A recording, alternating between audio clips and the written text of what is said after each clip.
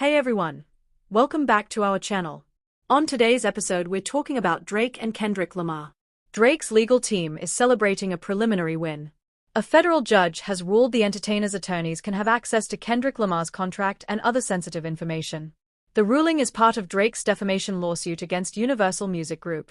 Though Lamar is not a defendant himself in the case, it centers around the distribution and promotion of the song Not Like Us, which features some scathing lyrics about Drake.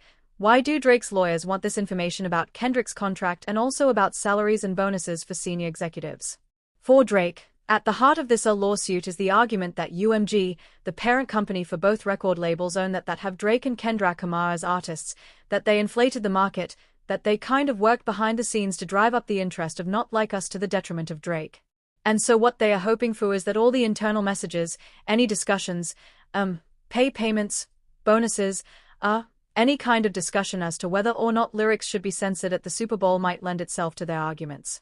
And so they are hoping to get that evidence as well as sit people down for depositions to answer questions. Now, Drake is accusing UMG of spreading false and malicious narrative about him. Right now, he's not suing Kendrick Lamar directly, but could he end up being brought into this lawsuit?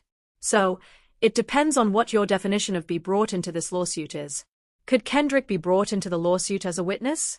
Someone who testifies about a conversation that occurred based on what they found in the evidence or the discovery process that they are going through now. Yes. But do I think we're going to see Kendrick Lamar as a named defendant in this case? I think that ship has already sailed. Or I think Drake has focused on UMG and what he says is a reckless use of these lyrics and the promotion of this song to the detriment of one of their own, namely Drake, as being with one of the record labels that UMG owns.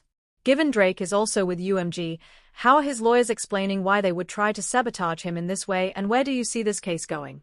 So part of the argument is that prior to Kendrick Lamar's breakout music that has and these diss tracks back and forth between Kendrick and Drake, Drake was at the top of his game. He was leading the forefront when it came to streaming and the revenue that came in. And I think the argument that he has is that if they could lessen his brand when he went back to renegotiate a contract and he was looking at his streaming numbers and looking at his popularity, a damaged brand would have less in terms of negotiating a better contract.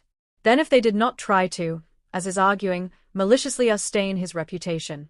And so that's what he's trying to argue. What happens next is a discovery process is going to continue.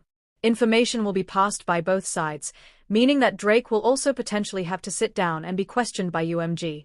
And we know that on June 30th, the judge is having a hearing for UMG's motion to dismiss to argue whether or not this case should continue, if at all. That's all for today's episode, guys. Let me know if you have any questions in the comment section. Don't forget to like and subscribe for more celebrity news. Thanks for watching.